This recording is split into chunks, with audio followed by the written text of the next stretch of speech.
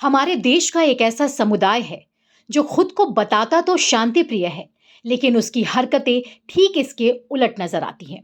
आप समझ गए होंगे हम किस समुदाय के बारे में बात कर रहे हैं। देश के शांति प्रिय समुदाय से ये कहां बर्दाश्त होता है कि हिंदू अपना कोई त्योहार आराम से मना ले। हाल के दिनों में हमारे देश में सनातनियों के लिए अपना त्योहार मनाना मानो पाप हो गया है।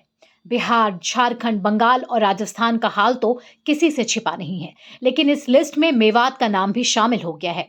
ये वो जगह हैं जहां हिंदू अपनी पूजा के लिए घरों से निकलते हैं तो उनको हिंसा की आग में झोंक दिया जाता है, उन पर पत्थर बरसाए जाते हैं।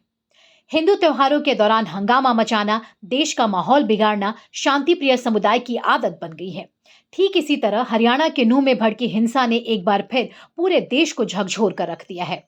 सामने आ रही रिपोर्टों से पता चलता है कि यह हिंसा बड़े पैमाने पर दंगों का एक पूर्व नियोजित मामला था, जिसे देखते हुए जांच की मांग की गई और सुरक्षा उपायों को बढ़ाया गया है। इस घटना में वो सब कुछ देखने को मिल रहा है जो आमतौर पर होता है। कुछ छद्म बुद्धिजीवी तुष्टीकरण के नाम पर खुलेआम दंगाइयों का बचाव करते दिख रहे हैं, जबकि सोशल मीडिया जवाबदेही के मुद्दे पर बटा हुआ है। हरियाणा के मेवात में जो हो रहा है, जो कुछ हुआ, उसे देखते हुए लगता है कि वहां की सरकार ने परिस्थिति को समय रहते समझा ही नहीं। चिंता इतनी कम थी कि इलाके के डिप्टी कमिश्नर और एसपी छुट्टी पर थे। चाहे दिल्ली हो या मेवात, हर जगह दंगा पूरे प्लान के साथ किया जा रहा है। याद कीजिए 2020 दिल्ली दंगे में भी कांस्टेबल रतन लाल जी की हत्या से पहले सीसीटीवी तोड़े गए, छतों पर पत्थर इकट्ठे किए गए, छत से पत्थर फेंक कर हमला किया गया। ठीक इसी तरह मेवात दंगे में भी 2 होमगार्ड की हत्या से पहले सीसीटीवी तोड़े गए, छतों पर पत्थर इकट्ठा किए गए, छत से पत्थर फेंक कर हमला किया गया। यानी कुल मिलाकर ये किसी भी हाल में संयोग नहीं, प्रयोग है, और इस बार उनकी प्रयोगशाला थी मेवात। हरियाणा सरकार को अब मिनी पाकिस्तान कहे जाने वाले मेवात पर नकेल कसनी चाहिए। वहां की सभी अवैध गतिविधियों की जांच होनी चाहिए। इसके साथ ही कुछ ऐसे सवाल हैं जिस पर ध्यान देना जरूरी है। सवाल नंबर 1, वहां इतना असलहा कैसे जमा हुआ? सवाल नंबर 2, वहां रहने वाले मुसलमानों के पास विदेशी हथियार कैसे आए? सवाल नंबर 3, क्या इन लोगों की किसी आतंकी संगठन से साठगांठ है? सवाल नंबर 4, क्या आईएसआईएस या कोई अन्य आतंकी संगठन मेवात क्षेत्र में सक्रिय है? इन सारे पहलुओं पर ध्यान देने की जरूरत है। देश की राजधानी दिल्ली से मात्र 60 किलोमीटर की दूरी पर है मेवात, जो मुस्लिम बहुल इलाका है। इतिहास के पन्नों को पलटे तो 14वीं शताब्दी में तुगलक वंश के समय मेवात के लोगों को जबरन मुसलमान बनाया गया। 1920 के बाद मजहबी संगठनों ने इन लोगों को अपने रंग में रंगना शुरू कर दिया। इसका दुष्परिणाम ये हुआ कि यहाँ के मुसलमान पाकिस्तान की मांग का समर्थन करने लगे। लेकिन जब पाकिस्तान बना तो यहाँ के कुछ ही मुसलमान पाकिस्तान गए, लेकिन आज ये लोग मेवात को ही पाकिस्तान बनाने में लगे हैं। पूरे मेवात को पाकिस्तान की शक्ल देने की कोशिश तेजी से की जा रही है। आज हरियाणा के मेवात में हिंदुओं के साथ वही हो रहा है जो बांग्लादेश या पाकिस्तान में रहने वाले हिंदुओं के साथ होता है।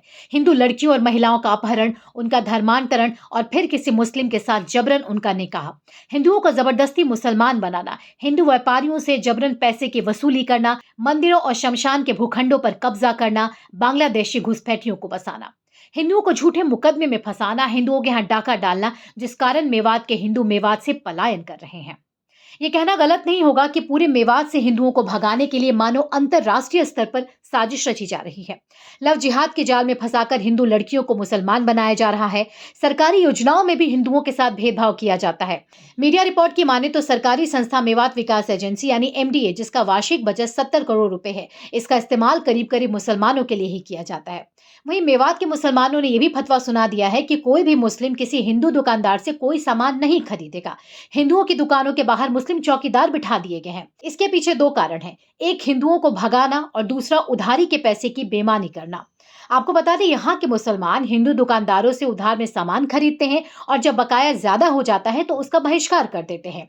हिंदुओं का कहना था कि उधारी देना उनकी मजबूरी है।